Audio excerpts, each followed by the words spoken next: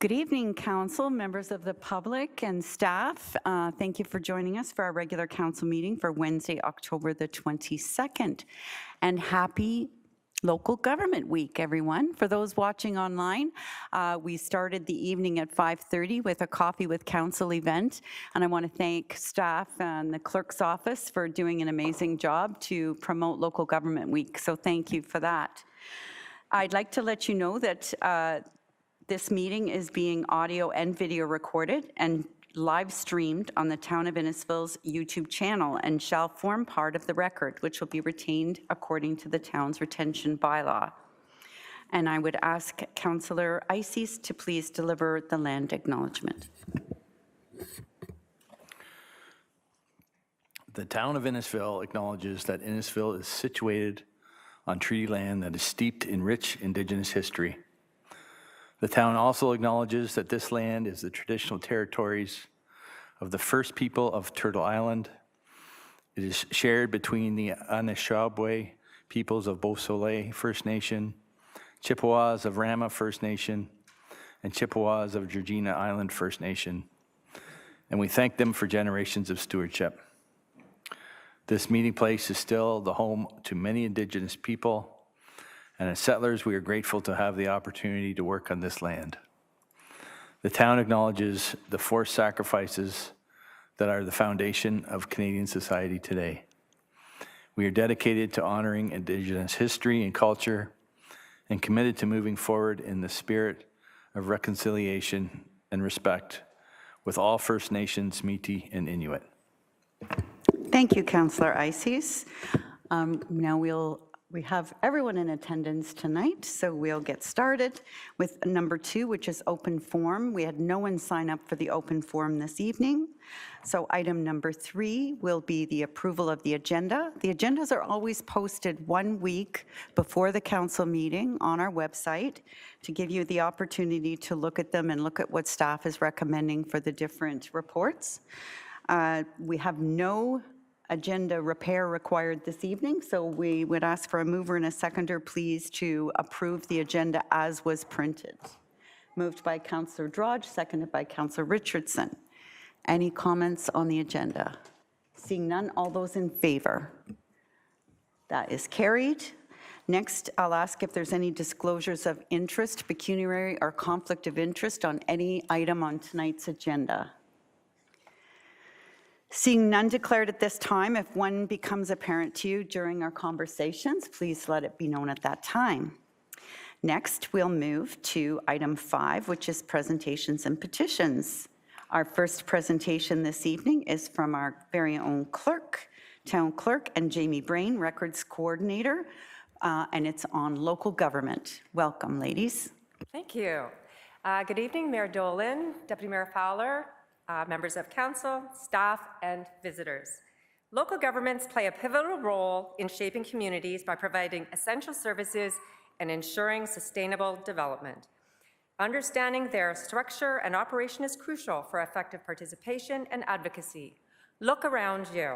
Council, staff, public, we are all integral to the process. Council provides the legislative authority, governance, and representation. Staff assists in the implementation of council decisions, management of daily operations and service delivery, and provides expert advice and information to support council decision-making. And the public. Without your participation and engagement, we would not have any feedback, we would not have accountability, and more importantly, we would not have the collaboration necessary to better understand our community's needs. This is local government.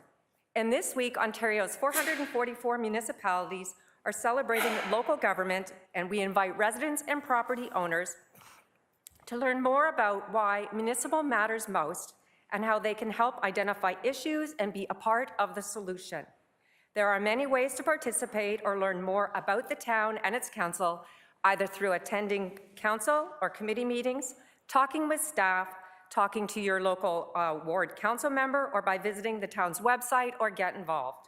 And next year, there will be even more opportunities as it will be the 2026 municipal election, which will take place on Monday, October 26, 2026.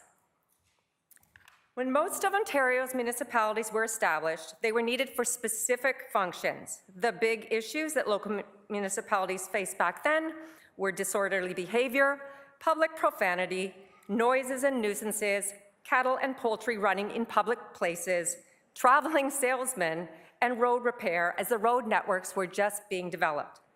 As the population increased, there was also an increase in the demand for municipal services, and our issues have grown far greater than chickens running at large. Municipalities now face several greater challenges, such as aging infrastructure and funding gaps, the lack of affordable housing, and issues associated with climate change and environmental sustainability. Council and staff for the town of Innisfil are working collaboratively with our residents and property owners, municipal committees and partners, and all levels of government to address these issues, the issues that affect your everyday lives. But the public's participation is the most important part. It is their ideas and needs that shape the town and the services it provides. And to encourage this participation, Council created the Electoral Engagement Advisory Committee. The Electoral Engagement Advisory Committee was created to bring forward recommendations to Council for more effective ways to communicate, educate, encourage, and enable candidate and voter participation in municipal elections. There has been a concerning downward trend in voting across Canada at all levels of government, and we've seen it here in Innisfil as well. So now is the time to revive the public's interest and involvement with their town. Some of the committee's initiatives include coffee with council, like we did tonight, tea with school trustee, local government information sessions, and a candidate information framework. They are continuing their efforts on youth engagement, anti-harassment, and a civility pledge during the campaign period, candidate support and resources, among other things. Understanding of local government is very important to this participation. Learning about municipal governance practices, financial management, and strategic planning could help our residents through their active involvement to better understand and respond to the town's evolving needs. Residents and property owners are encouraged to be proactive contributors by learning more about their town and community and how their participation can assist in continuing to make the town of Innisfil one of the best municipalities in Ontario. Tonight, there is a report on the agenda, item D1, entitled Municipal Election 2026 General Information. This report provides information on the election that will occur in 369 days, and I encourage everyone to read this report. Now, like Patty said, this report will provide the public an opportunity to learn more about the election, and the clerk's team will be offering information educational sessions commencing in the new year. And I encourage everyone to find out more about how you can participate as a candidate, as an election ambassador, or as a voter. Currently, there is a council compensation review underway to ensure that members for the next round, the next term of council, are compensated at an appropriate level consistent with our municipal comparators. The Council Compensation Review Ad Hoc Committee will report back to Council before the end of the year with any recommendations they may have. This is important for potential candidates and may encourage more competitive election races. The town, along with the committees, are working to get these messages to the public through community outreach. If you belong to an organization or a community that would benefit from more information about local government, the election, and how to get involved, please contact us at the clerk's office. Now, to be better informed about what your local government is doing and how it will affect your community, you can read council agendas or attend council meetings to stay informed about local decisions that are affecting your community. Attend public consultations to share your opinions and influence community projects and policies. You can also participate in the election by running for council, supporting a candidate, or becoming an election ambassador. And please, make a point to regularly visit the Town of Innisfil website or the Get Involved site to learn more about current projects and engagement opportunities. There is also a wealth of information on the Town of Innisfil website about the election and more to come in the new year. We have also been holding local government sessions for those who want to learn more about the different levels of government and what local government means. The next one is being held tomorrow, Thursday, October 23rd, at the Lakeshore Library from 3:30 to 4:30. You can check out the town's website or contact the clerk's team for more information. Getting involved with your local government lets you shape the future of your community. And that's the end of our presentation. If there's any questions, we'd be happy to answer them. Thank you so much, Patty and Jamie, for that presentation. Questions or comments from members of council, please? Seeing none, I just want to thank you very much for all of the work that you've put in this week with your municipal matters and Municipal 101 and the Coffee with Council tonight. I also want to thank the library. They did a wonderful presentation last week with Dr. Kofi Hope, who was in a panel I moderated, which talked about getting people from underrepresented communities to run for council. He spoke very positively, and it really is a matter of we all win. The stronger the leaders we have at the table, the stronger community we have.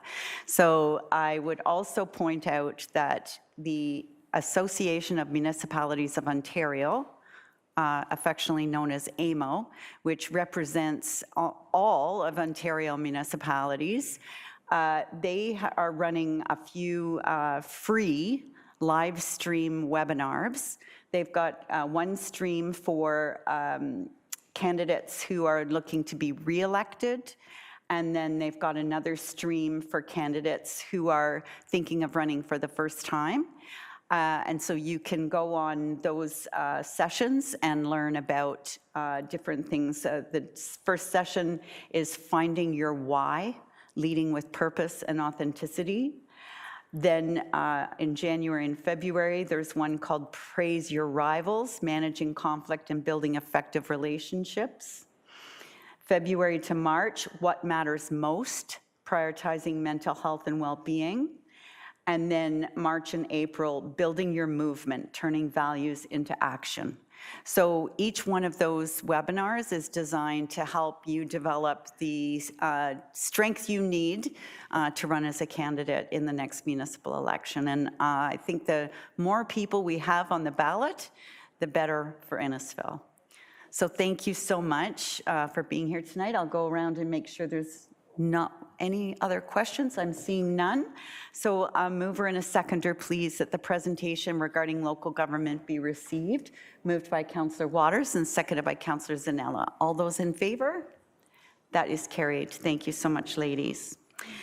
Next is item 6, which are delegations by members of the public. And we have a delegation this evening from Sheikh Hadi, Project Manager of the Ahmadiyya Muslim Jamaat Canada, and regarding a request for parkland dedication exemption from their property on the 4th line.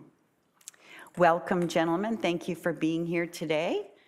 And whenever you're ready, please feel free. Yes, my name is Sheikh Hadi, Project Manager of the Jamia Innisfil campus. I am a professional engineer and former building official, as well as former CBCO. So I am here.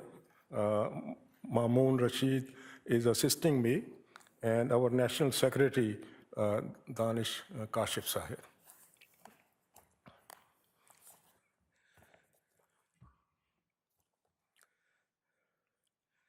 So we are here for requesting Honorable Mayor Dolan and respected council members. Our request is for exemption from cash in lieu of parkland dedication. The name of our project is Jamia Ahmadiyya Campus at 4073, 4th line, Innisfil.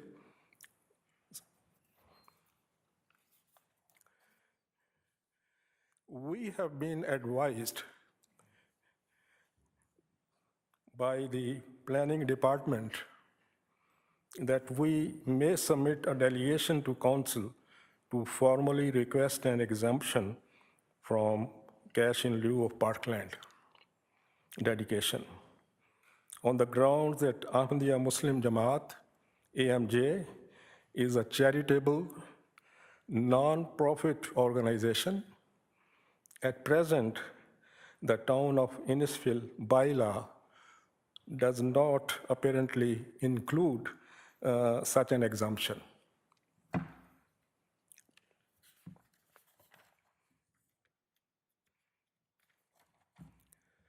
Jamia Ahmadiyya Canada is a registered non-profit religious educational institution which offers free of charge boarding and education to the students. It provides full-time missionary and theological training for the students pursuing service within Ahmadiyya Muslim Jamaat in Canada and abroad. The campus offers an environment dedicated to spiritual, moral, and intellectual development. Jamia Ahmadiyya Canada is, as I have said, registered non-profit religious educational institution that provides advanced training for missionaries and religious scholars within the community. The school operates under charitable registration of the Ahmadiyya Muslim Jamaat, AMJ, that provides worldwide services to humanity as I will describe later. Here is just a master plan of the Jamia campus. And in the middle, you can see the existing building school. And we will make extensions on the right and left. And we have a proposed hostel for which the building permit is almost ready for issuance. And there will be a future hostel and a mosque. And on the left side, we have a future staff residential building, also a future gym. So you can see that this campus with the existing building, existing school building, and its proposed extension blocks. So a new student hostel for which the building permit is nearing issuance, and another future hostel to house resident scholars. A proposed staff residential building, a mosque serving both the student body and local community. These facilities are essential to the school's operation, allowing for continuous religious instruction, prayers, and community engagement. All uses are institutional and non-commercial. The proposed development is entirely, as I have said earlier, is institutional and non-commercial in nature, provides a peaceful religious and educational environment, promotes moral community values, serves as a hub for interfaith dialogue and charitable outreach. The mosque is open for use by students and local residents. It supports Innisfil's cultural and community development objectives. As per general understanding of the intent of Planning Act, Section 42(6), 6.2, etc., no conveyance or payment in lieu shall be required in respect of land used for a place of worship institutional, or for a cemetery. The council of a local municipality may by law exempt in whole or in part any development or redevelopment from the requirements to convey land or to pay money in lieu of such conveyance. The legislative intent of the Planning Act appears to be focused on applying these provisions to profit-driven developments, rather than placing an undue burden on non-profit charitable organizations such as the Ahmadiyya Muslim Jamaat, AMJ, which is investing or dedicating millions of dollars in projects dedicated to serving humanity worldwide. We have, through AMJ and its auxiliary organization, Humanity First, we have provided valuable services to humanity, such as establishment of schools, establishment of hospitals, meeting the disaster relief areas, providing water well in African countries, providing solar energy, providing model small villages.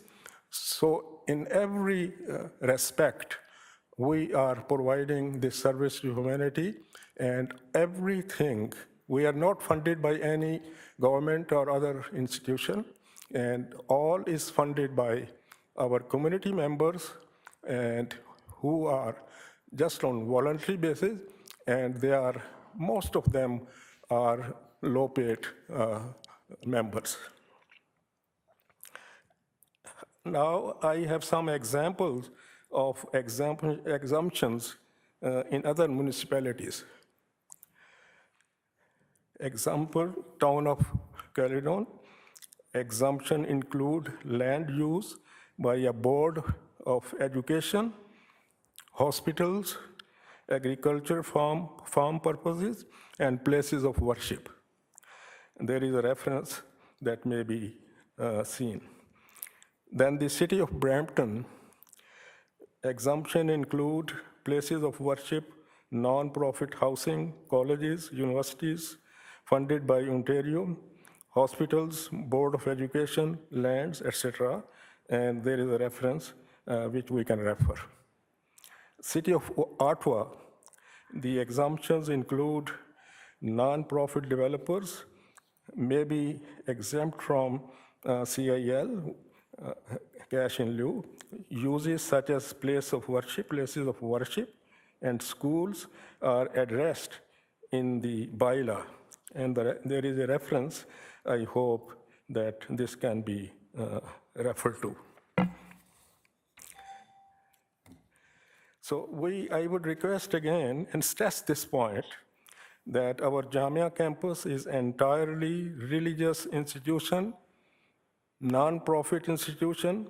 Therefore, the project aligns with uses traditionally exempt from parkland dedication or CIL, because it includes a mosque, which is exempt as a place of worship. And that is the intent of section 42.6. Hostels integral to institutional religious education.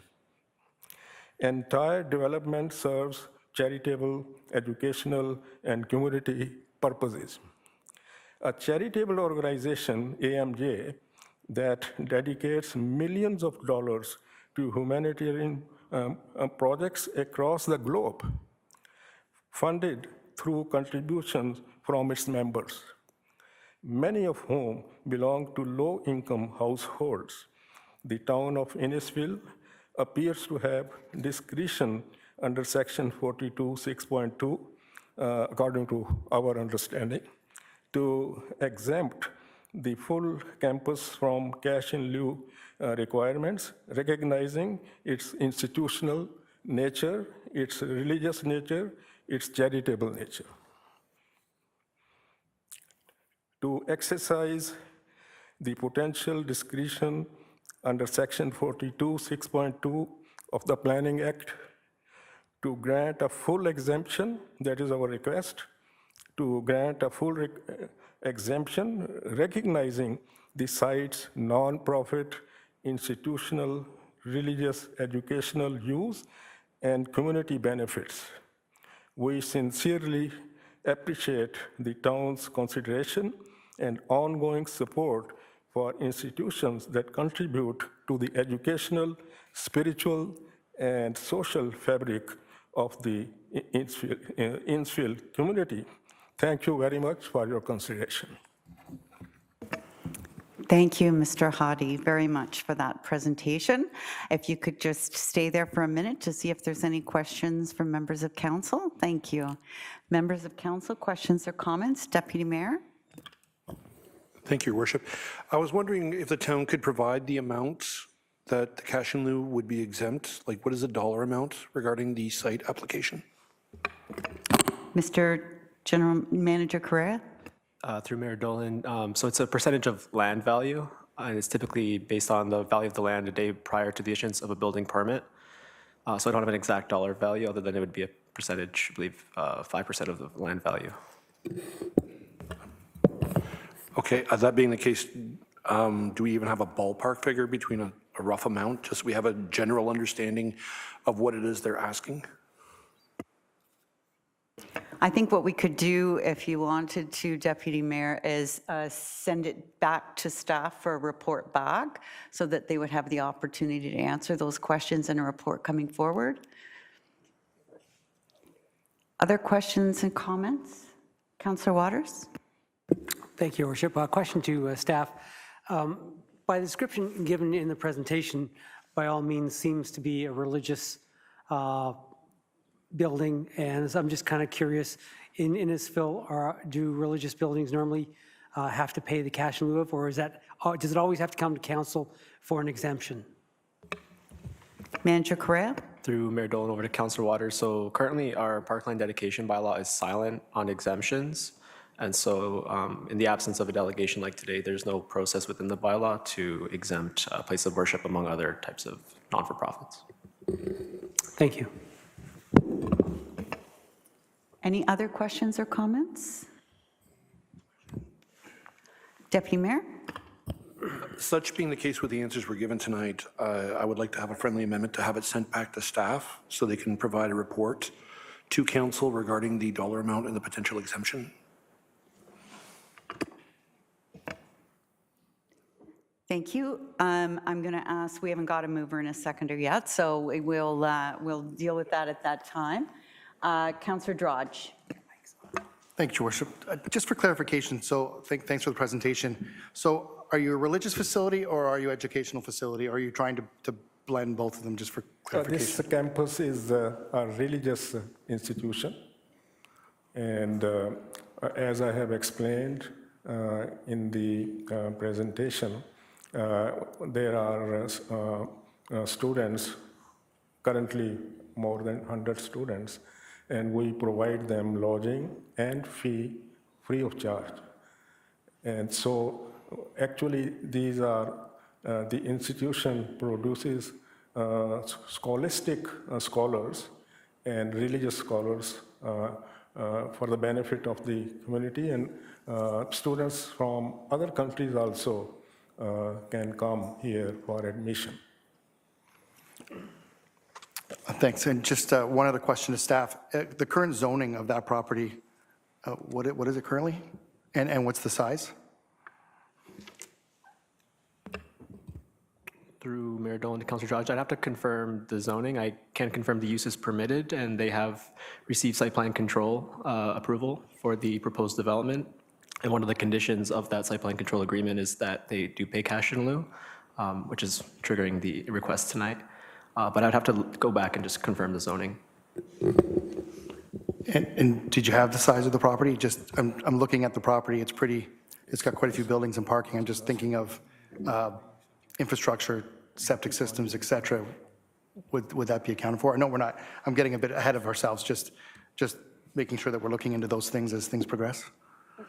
So through Mayor Dolan, I'd have to pull up the drawings to get the exact dimensions. There is a septic and MECP approval required for the servicing of the proposed development. Thank you.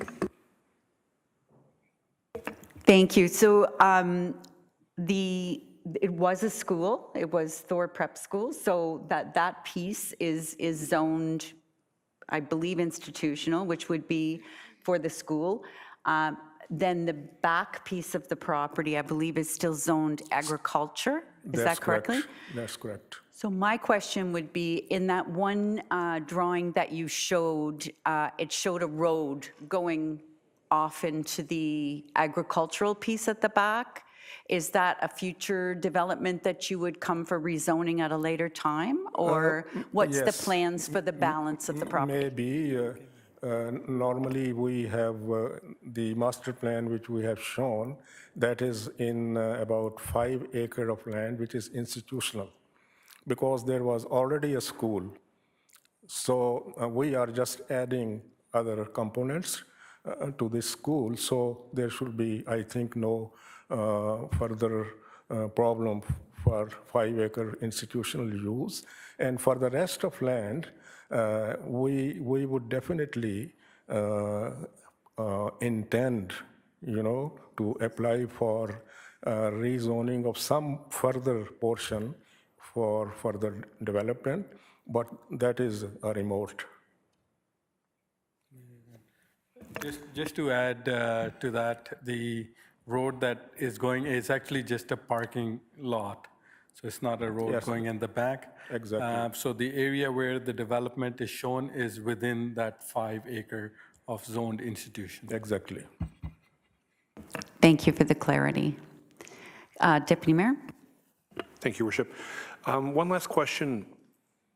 I believe with our previous conversations when I've been on site with you, you've stated that the people that are coming to train, they're working with Humanity First, the not-profit organization. It's globally, are they globally bound? Is this what I'm understanding? This is where you're training the people to travel across the world and help in times of need and foreign aid. Is that Actually, correct? this is a religious institution, and the students are admitted for religious, to get a religious certification and degree, and that is a part of them it used as missionaries, and a part of them it used in other fields in the community, like maybe Humanity First or any other things.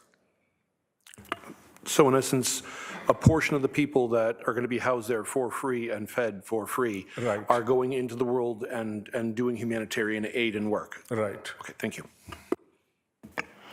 Thank you. Any other questions or comments for our delegates today?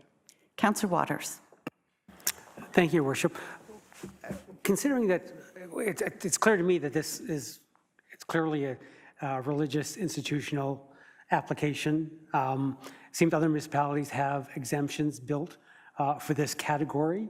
From my education, what does council need to do? Do we need to provide direction to staff to move this forward, or do we just ask for a report like the deputy mayor was asking for in terms of the process, in terms of to build an exemption in for this group, or build a general exemption like other municipalities have done? Director Lee? Thank you, Mayor Dolan. Through to Councillor Waters.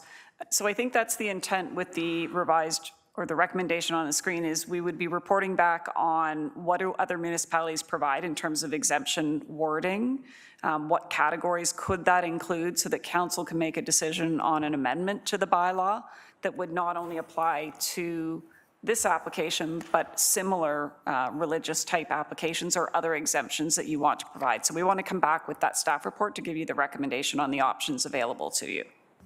Perfect. Thank you very much. That's what I wanted to hear. Thank you. Councillor Drodge. Thanks, Your Worship. I just want to state that I'll second the revised recommendation. Thank you. And yeah, so I like the process of making sure that there's no unintended consequences, that, we're not going to have a line up at the counter saying, but we had to pay parkland dedication. How come they didn't have to pay parkland dedication? So we want to make sure that we're treating everyone fairly and across the board, and we're setting a precedent for all nonprofit religious institutions and make sure that each one of them is treated the same. So I would ask, so we have a moved by Councillor Fowler and seconded by Councillor Drodge for the revised recommendation on the screen.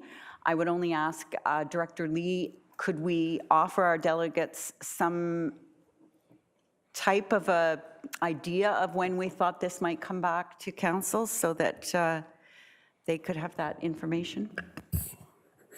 Thank you, Mayor Dolan. In discussing it, we are starting to look at other jurisdictions, the ones that they provided in their delegation, but also others. We're anticipating that we should be able to bring that back before the end of November. Thank you. Go ahead, yes. I have one interesting question that the new proposed hostel building has been approved. That means its site plan is approved, its building permit is almost approved, no technical outstanding comment except septic tank, a septic system. And now for the issuance of the building permit, we have to pay this 2% fee, cash in lieu. So maybe if I request that this may be deferred to the point when it is approved, and then we make payment for it. So if I'm understanding correctly, you're suggesting, so this report would come back in a month Right. and would recommend what if any exemptions would be.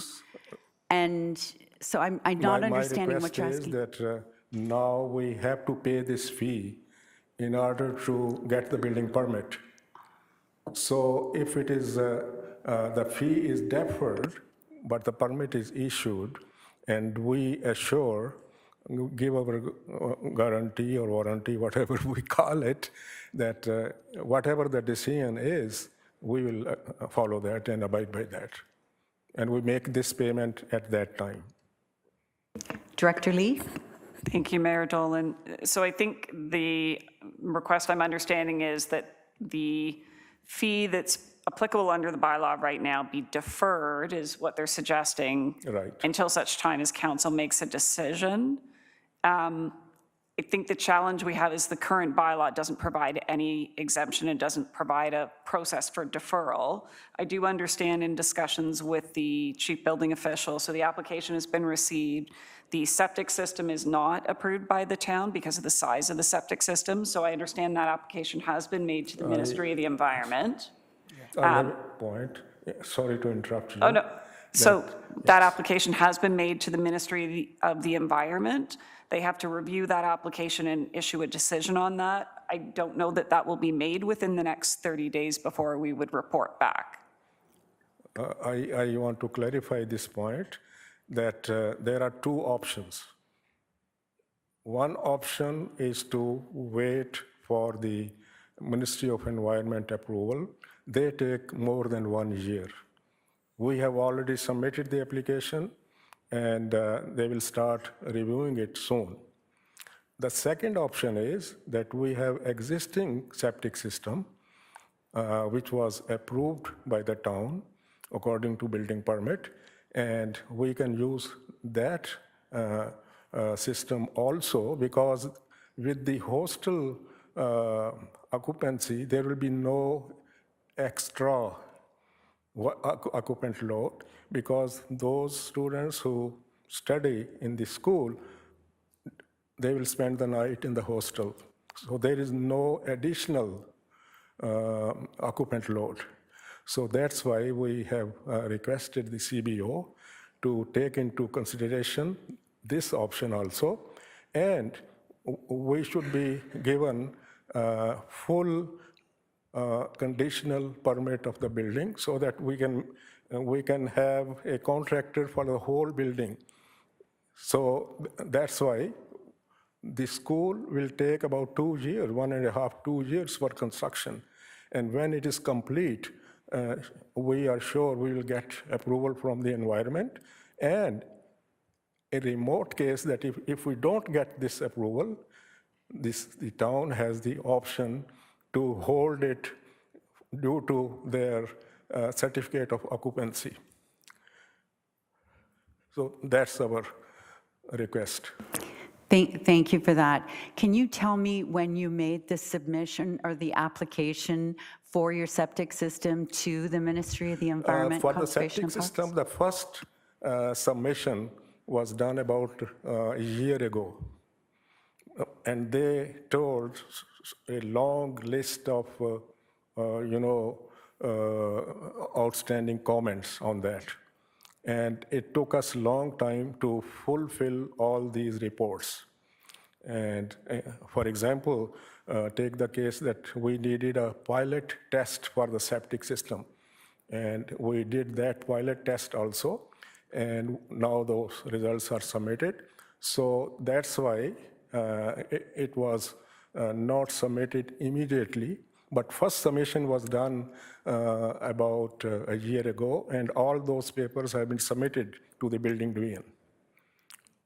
Wonderful. So you, being a chief building official, know that this council can't direct a chief building official to issue a permit. Yes, we So, know. but we've heard your ask, and we can leave it with Director Lee to make sure that the chief building official hears that request from you. Right. Thank you so much. Thank you very much. Thanks so much for being here. Thank you. So we have a mover and a seconder for the recommendation. All those in favor of the recommendation? Any opposed? That is carried unanimously. Thank you so much for being here this evening.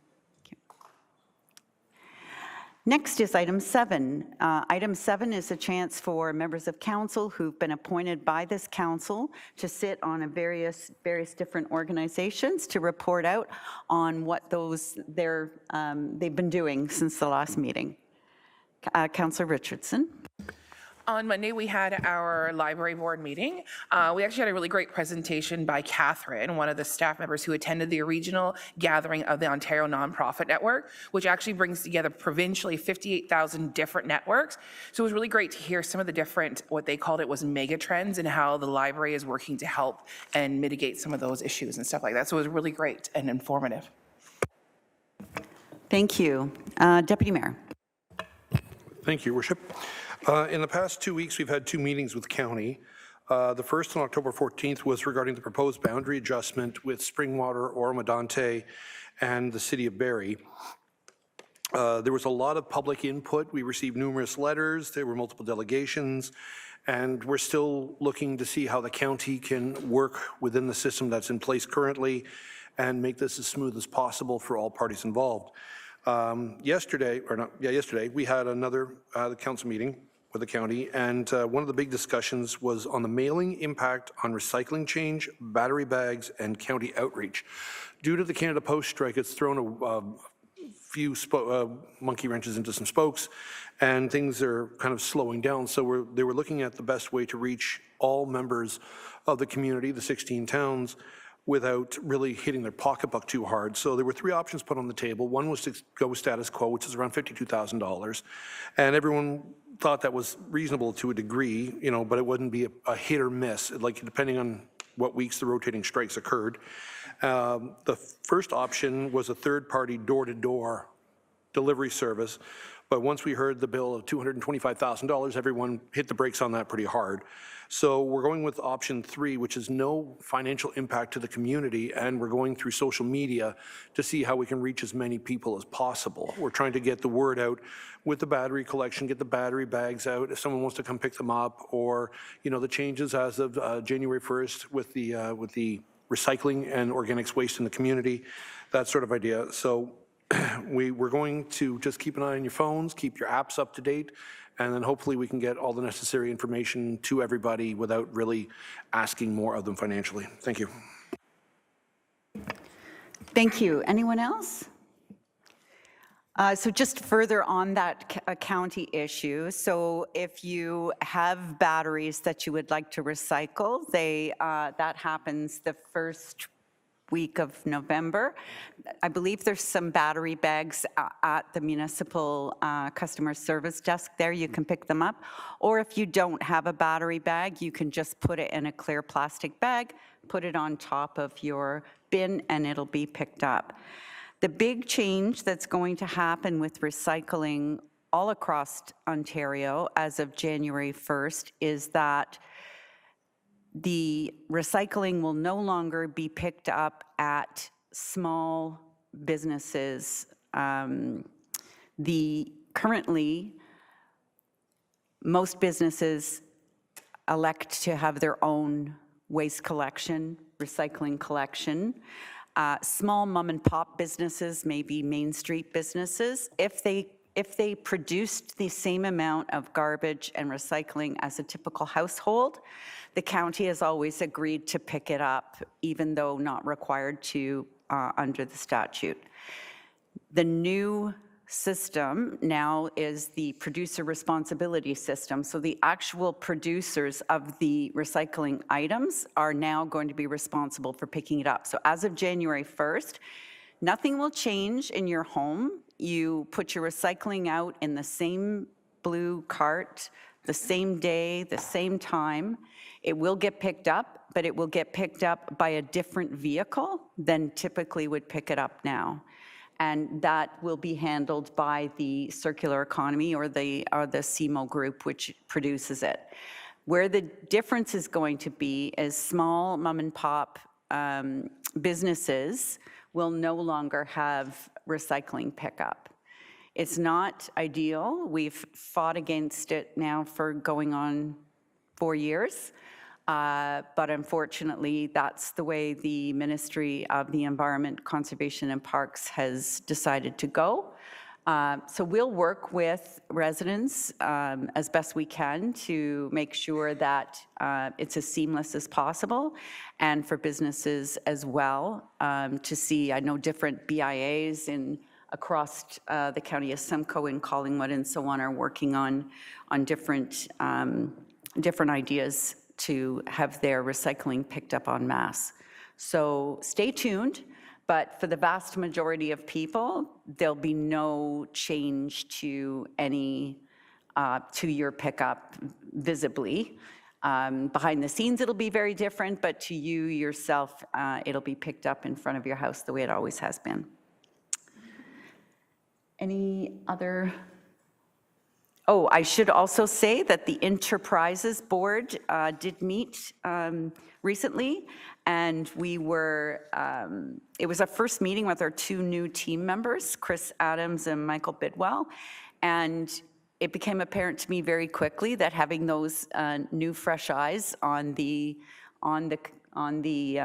board will be very helpful to the Enterprises Board, and will help come up with new ideas and things they've learned from other parts of their lives that they're bringing to the enterprise table. So it was a great first meeting. And so with that, we'll move on to item 8, which is our consent list. So we'll move through this relatively quickly. Since we've got a few visitors here today, I'll just take a minute to explain. The consent list is all of the items on the agenda with a staff recommendation attached to them. So if the council members are happy with the recommendation as is and no further discussion, they'll all receive consent at the end of the meeting.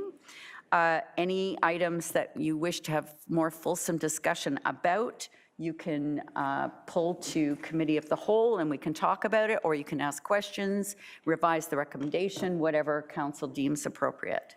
So we'll go through that list now. So A1 is the special council meeting minutes dated September the 17th. A2 is the special council meeting minutes dated October the 8th. A3 is the council meeting minutes dated October the 8th. B1 is the Innisfil Sustainability Advisory Committee meeting from October the 1st. B2 is the Innisfil Heritage Advisory Committee meeting from October the 2nd. And B3 is the Council Compensation Review Ad Hoc Committee meeting from October the 3rd. B4 is the Electoral Engagement Advisory Committee meeting. Recommendation, Councillor Richardson. I'd like to pull that, please. Thank you.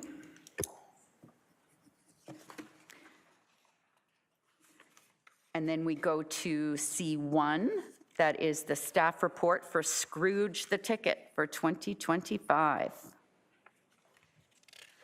11th annual. C2 is the Alcona Downs Developments Incorporated. That's the subdivision assumption. C3 is the Edward Street no parking restrictions. Councillor Saunders. Thanks. I don't want to pull it. I just wanted to say thank you to the staff and bylaw for passing this from the residents. Thank you, Councillor Saunders. Yeah, I agree. I think it was the right thing to do. I did notice, however, that one of the other requests was to have no fee at the public parking lot for non-residents, which staff is not supporting, and I also support not supporting that, because then it would lead to other town parking lots getting a similar request from it. Anyone else? C4, council resolution for the municipal ice storm assistance. D1, the municipal election 2026 general information. Thank you to clerks for pulling this together. E1, that is a bylaw agreement with Unifor and our local 333. F1, the Nottawasaga Valley Conservation Authority's draft business plan and budget booklet. G1, the Bradford Innisfil meeting minutes from the Innisfil Police Board, or from the Police Board, sorry, not the Innisfil Police Board. G2, the Ministry of Seniors and Accessibility. Did you want to speak to that, Al? Councillor Waters? All I have to say is that I read the letter. It really doesn't say anything. So I appreciate the fact that we did it. We raised some awareness, but it didn't say anything. So I'm glad we did what we had to do. Thank you. Thank you, Councillor. And just to put it into context, during that ice storm, we did have some issues with retirement residents that didn't have a backup generator and therefore no elevators. And so we wanted to bring that to the government's attention, which we have done. So thank you so much for bringing that forward, Councillor Waters. G4 is a proclamation for National Children's Grief Awareness Day. Councillor Drodge. Yeah, I think you missed G3. My apologies. Thank you very much. It's from the Simcoe Muskoka District Health Unit. So we have a welcome letter from Dr. Michelle Kwai, new public health physician. And we have no notices of motion, no notices for which motion has been given. And so we'll go to our consent list recommendation, and we have the one item pulled. Can I have a mover and a seconder, please? Deputy Mayor Fowler and Councillor Constantine. All those in favor? That is carried. And a mover and a seconder, please, to resolve to committee of the whole for our one item. Councillor Saunders, Councillor Ices, all those in favor? That is carried. And now we'll go to Councillor Richardson. Thank you. Councillor Drodge will be my seconder. So I just wanted to add a little bit to the recommendation. As a parent that's been on parent council for, I think this is my 16th year being on parent council, I know the difference that a trustee makes and the value that they have on being the liaison pretty much between parents and students and staff. And so I really wanted to make sure this was on there. So we've added that the copies of this be forwarded to the local school boards, neighboring municipal councils, local members of provincial parliament, the office of the Minister of the Education, what else do we have? And underscore the importance of the community, that the community places on the democratic governments in education, the importance of having a trustee. Thank you. So you can read the amendment in the bold. Is there any questions or comments on any piece of this? I can support this motion as is written, and I appreciate the hard work of our Electoral Engagement Committee to bring this forward. I'm typically one that only wants to deal with municipal things and stay in my lane and not deal with other people's governance, but they are on our ballot, and we do encourage people to turn out and vote and run, and so I'm going to support this. All those in favor? That is carried. Any opposed? Seeing none, that's carried unanimously. And now a rise recommendation moved by Councillor Zanella, seconded by Councillor Drodge. All those in favor? That is carried. And we have a consideration to adopt the recommendations from Committee of the Whole, and that's moved by Councillor Saunders, seconded by Councillor Constantine. All those in favor? That is carried. We have no notices of motion this evening. Seeing none, we'll go to announcements. Councillor Ices. Thank you, Worship. I have a few announcements for Ward 1. October 24th, there is the Youth Mental Health Summit at the YMCA. Also a flag raising for World Polio Day. October 25th, Stroud Foodland. There's free cupcake decorating for kids 12 and under. There's trunk or treat at the community church, followed by a drone show. Also on Saturday, there's the Spartans are in action against Stainer at 7:30. On October 26th, there's the third annual Interfaith Symposium and Dinner at the Stroud Community Center. November 1st, St. James Church in Stroud is having their annual bazaar from 9 to 2. Also on the 1st, Ice Corp has Innisfil Comedy Night at 5:30 at the Stroud Hall at the rec center there. November 11th is Remembrance Day service at Town Hall. And also congratulations to the Kesslers with their kitchen grand opening in the Rosardo Center. That's all from Ward 1. Lots happening in Ward 1. Ward 2, Councillor Constantine. On November 8th, there will be a Remembrance Day ceremony at the Legion. And also, if you are a member of the Legion, it's time now to pay your 2026 fees. And also, if you pay your fee before November 30th, your name will enter into a draw and you might win 1 year free membership. Thank you for that, Councillor. Councillor Richardson. I love seeing the town square buzzing in the last couple of weeks. So on Saturday was the music at the square for the entire Triton. Everyone got to hear the band play, which was great. And then on Sunday was Candy's Fall Fest with a kids talent show that went really well. Tomorrow night, like was said, is Get to Know Your Local Government session at Lakeshore Library on the 25th, and the rain date being the 26th, but so fingers crossed there's no rain. But on the 25th is the annual Spooktacular, where you'll see all the little kids walking up and down Innisfil Beach Road trick-or-treating. Lots of fun. November 1st and 2nd is the 5th annual Innisfil Autumn Art Show coming up at the Lakeshore Library. And just a quick little plug that coming up is the short story contest that the Innisfil Library does every year. They have the author going to the different schools this week and next week, and your short story needs to be in by December 19th.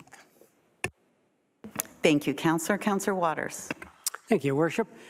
In Ward 4, in the next week or so, October 24th, Euchre Night at the Lions Hall. It's 7 p.m. November 1st is the Pumpkin Walk in Innisfil Beach Park. November 2nd, Kids Bingo at Lions Hall at 11 a.m. And last, on November 11th, is the annual Veterans Dinner at the Lions Hall. Thank you very much. Councillor Zanella. Thank you. On November 22nd, the Holiday Boutique Market at Lakeside Dance Studio will happen from 10 till 3. That's November 22nd. Thank you. Thank you. Councillor Saunders. Thanks. Last week, Sandy Cove had their craft show with tons of crafts, and it was very busy. On Sunday, November 9th, it's a Remembrance Day at Sandy Cove, starting at 2 o'clock.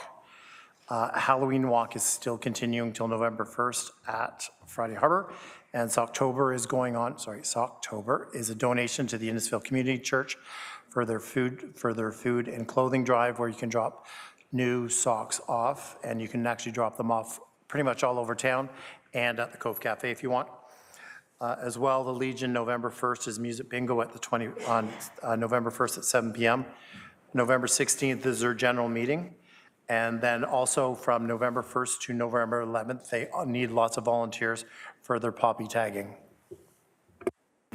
Thank you. Councillor Drudge. Thanks, Your Worship. On October 25th in Cookstown, they're having their trick-or-treat event from 11 to 2 p.m. Also on Saturday, October 25th at 7 p.m., Cookstown is hosting their Bonanza Ghost Walk. On November 9th, also in Cookstown, is the Remembrance Day service at the Cenotaph at 10 a.m. And I just wanted to give Three Feathers a thank you for hosting the mayoral breakfast. I wanted to say congratulations to the new Pizza Hut in Cookstown. I've tried their pizza, it's delicious. I recommend everybody gives it a go. And not least, on Sunday, we hosted our 11th annual soup contest in Guildford, and our very own Mayor Lynn Dolan won the Golden Ladle.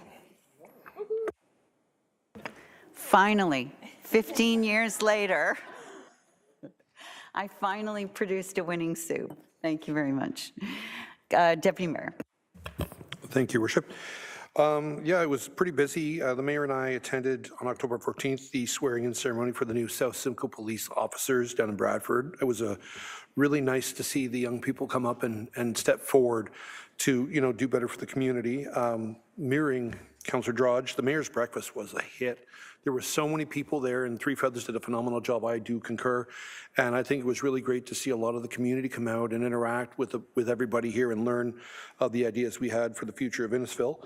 On October 18th, the mayor and I were at the Diwali celebration in Churchill, which went off really well, and I learned a bit of Bhangra dancing, which I then did during the judging of the competition in the town square the following day. So I got practice the night before to judge the competition and then joined into the competition, which is really fun. On November 6th, we have the Innisfil Fire Annual Service Ceremony. That's where we show the firefighters who go out every day and put everything they got on the line for the people of the town, how much we appreciate them and all they do for the community. And tomorrow, I don't know if anyone will be up in Collingwood, but I will be giving the opening remarks for the County of Simcoe at the Municipal Agricultural Economic Forum. Thank you. Thank you so much. It has been, everybody's been very busy in the community, so I'll just fill in the blanks on ones that haven't been mentioned yet.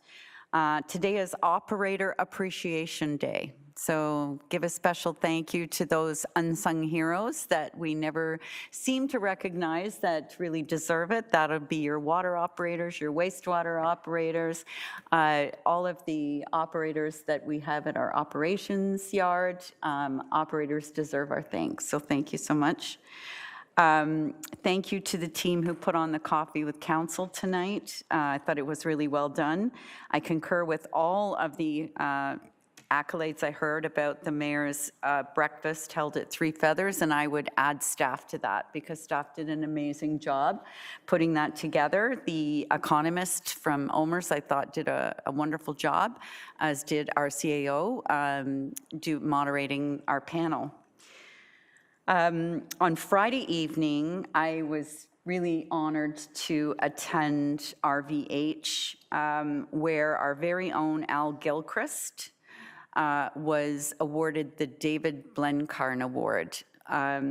This was an event put on, it was called Wildly Grateful. It was put on by the foundation to thank all the donors everybody who's, whether you're donating $1 million or $1, it was a wonderful event. And seeing our very own Al Gilchrist, who is the chair of the Innisfil Campaign Cabinet, who is in charge of raising money for the South Campus of the hospital, was awarded this very prestigious award, and he had a lovely speech, and I enjoyed very much making him teary-eyed when I got to speak about him. So all of those items have, on October 28th, the very last Walking Together event at the library with Kelly Lavalley will happen. And on October 30th at Georgian Downs, I will be at the Empower Fashion Show and walking with my partner, Allison, who the two of us will be rocking our latest fashions and enjoying raising money for Empower Simcoe. I think you can still get tickets if you wish. It's at Georgian Downs, and I think there's some appetizers and desserts and a fashion show. And on November the 1st, did anyone mention this? The annual Pumpkin Walk is back. Oh, sorry, you did mention that. I apologize. We did have a reach out from parents at Holy Cross Catholic School. They're currently having a fundraiser to support the Harrigan family who had tragically lost their father, and two of the students go to that school. So please reach out to the school if you're able, or I believe someone in our office is going to be coordinating donations on behalf of council if you'd like to donate to the family, and our hearts and prayers go out to them. And then on this past Monday, Councillor Constantine and I attended St. Andre Bassett School, where Bishop Boiseneau sent blessings and blessed the new school for the new year. And finally, let's go Jays. I did hear from a few people that reached out that were interested in having some kind of a gathering in the community for the, at least one of the games, if not more, seeing what kind of an uptake we get. So I reached out to both the Innisfil Community Church and the Legion, and we're working to try to make this happen, so stay tuned. Hopefully we'll all be able to gather together and root on our Canadian Blue Jays. So, seeing no other announcements, CEO Gershow, anything for the good of the corporation? Seeing nothing, I'd ask for a mover and a seconder for the confirming bylaw, please. And for adjournment at 8:07 p.m. Moved by Councillor Zanella, seconded by Councillor Waters. All those in favor? That is carried. Thanks everybody for coming out tonight. Really appreciate having some people in the audience. Normally we're sitting talking to empty chairs and those lovely people are at home on the couch with their feet up. So thank you everybody, and we'll see you in, I believe, 3 weeks. I think we have the next